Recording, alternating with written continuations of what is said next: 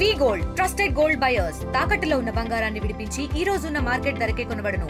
మరిన్ని వివరాలకు సంప్రదించండి 7710 రాష్ట్రంలో అతి పెద్ద ఉత్సవం రేపు పిఠాపురం నియోజకవర్గం చేబ్రోలు గ్రామంలో జనసేన పార్టీ 12వ ఆవిర్భావ దినోత్సవం జరగబోతుంది. కేవలం ఆంధ్రప్రదేశ్కే కాకుండా దేశం అంతా ఎదురు చూస్తుంది.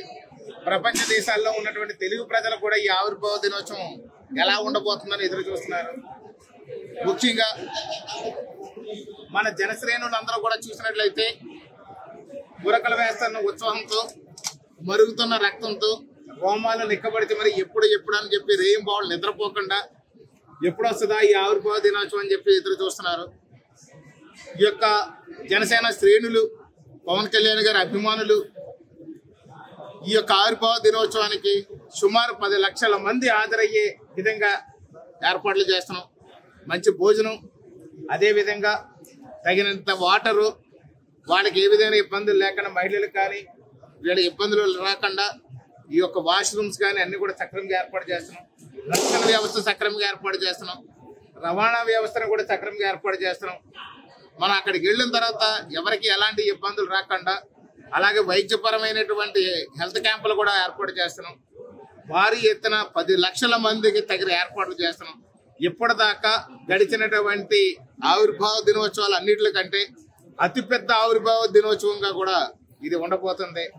ఏదైతే ఇప్పుడు మహాకుంభమేళా జరుగుతుందో, మొన్నటువంటి 45 రోజులు జరిగిన కుంభమేళాను తలపించే విధంగా ఆంధ్ర రాష్ట్రం యొక్క అదిరే విధంగా ఈ యొక్క జనసేన పార్టీ ఆవిర్భావ దినోత్సవం ఉండబోతుంది అనే సంగతి మీ అందరికీ తెలియజేస్తున్నాం. అందులో కూడా ఆవిర్భావ దినోత్సవం జరిపే దాంట్లో ఆ ముఖ్యమైన కమిటీలో కూడా రాజానగరం నియోజకవర్గాన్ని మా యొక్క అధ్యక్షులు వారు, మన ఆంధ్రప్రదేశ్ రాష్ట్ర ఉప ముఖ్యమంత్రి వర్యులు శ్రీ పవన్ కళ్యాణ్ గారు రాజానగరం నియోజకవర్గానికి ప్రత్యేకమైన మొట్టమొదటి స్థానాన్ని ఇచ్చి వారు ఆశీర్వదించారు. ఈ యొక్క జనసేన నాయకులు, కార్యకర్తలు, జన సైనికులు, వీర మహిళలు అందరూ కూడా ఉత్సాహంగా వెళ్లి ఆ యొక్క కార్యక్రమాల లాజిస్టిక్ అనే దాన్ని కమిటీకి ఇచ్చారు. మాకు ఆ లాజిస్టిక్ కమిటీని పూర్తి స్థాయిలో టేకప్ చేయడానికి సిద్ధంగా ఉన్నారు. సుమారు 500 బస్సులతో రాజానగరం నియోజకవర్గం నుంచి ఈ యొక్క పవన్ కళ్యాణ్ గారి అభిమానులు కావచ్చు, జనసేన శ్రేణులు కావచ్చు, ఈ యొక్క పిఠాపురంలో జరిగే ఆవిర్భావ దినోత్సవానికి వెళ్ళడానికి అన్ని ఏర్పాట్లు కూడా రాజానగరం నియోజకవర్గం నుంచి ఏర్పాటు చేస్తున్నాం. ఇప్పటికే 3 మండలాల్లో విడివిడిగా 3 కమిటీలు వేసుకున్నాము. ఫుడ్ కమిటీ కానివ్వండి, ట్రాన్స్పోర్ట్ కమిటీ కానివ్వండి, ప్రచార కమిటీ కానివ్వండి, అక్కడ కావాల్సినటువంటి మనకి ఏర్పాట్లు ఏదైతే ఉంటాయో వాళ్ళందరినీ సురక్షితంగా తీసుకురావడానికి అన్ని ఏర్పాట్లు చేశాం. అద్భుతంగా ఈ యొక్క ఆవిర్భావ దినోత్సవం ఉండబోతుంది. ముఖ్యంగా రాజానగరం నియోజకవర్గం ఆవిర్భావ దినోత్సవంలో ఒక మార్కుగా కాబోతుంది.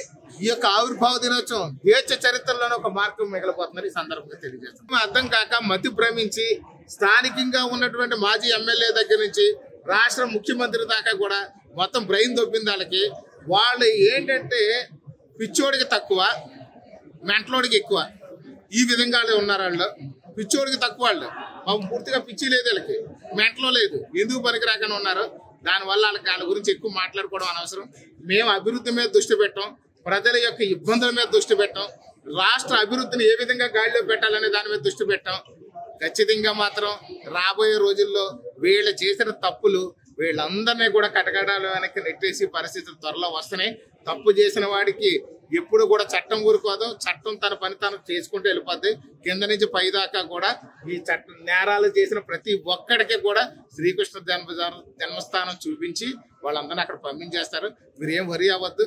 అంటే నేను ఒక్కటి ప్రశ్నిస్తున్నాను, మీరు సోదరులు, ఎలక్ట్రానిక్ మీడియా సోదరులు మీరు అడిగారు కాబట్టి ఒకటి నేను అంటాను. జగన్మోహన్ రెడ్డి అనేవాడు 5 ఏళ్ళు ఏం చేశాడు? 5 ఏళ్ళు ఒక ప్రెస్ మీట్ పెట్టగలిగాడా? 5 ఏళ్ళలో కనీసం వాళ్ళ నాయకులకి మీటింగ్ పెట్టగలిగాడా?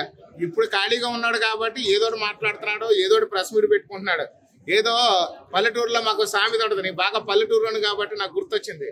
అందరూ కలిసి పండగ వచ్చిందని పిండి కొట్టుకున్నారండి రోడ్లు వేసుకుని. కోత వచ్చి నెత్తి మీద కొట్టుకుని టకటకమని కొట్టుకుందంట. అలాగా ఇది ఏదో జగన్మోహన్ రెడ్డి ఏ పని లేక అలా కొట్టుకుంటాడో అతని గురించి మనకు అనవసరం. మన పని ఏదో మనం చూసుకుందాం. మరిన్ని వీడియోస్ కోసం ఛానల్ ని సబ్స్క్రైబ్ చేయండి. లేటెస్ట్ అప్డేట్స్ కోసం వాట్సాప్ ఛానల్ ని ఫాలో అవ్వండి. ఆ లింక్ డిస్క్రిప్షన్ లో ఉంది.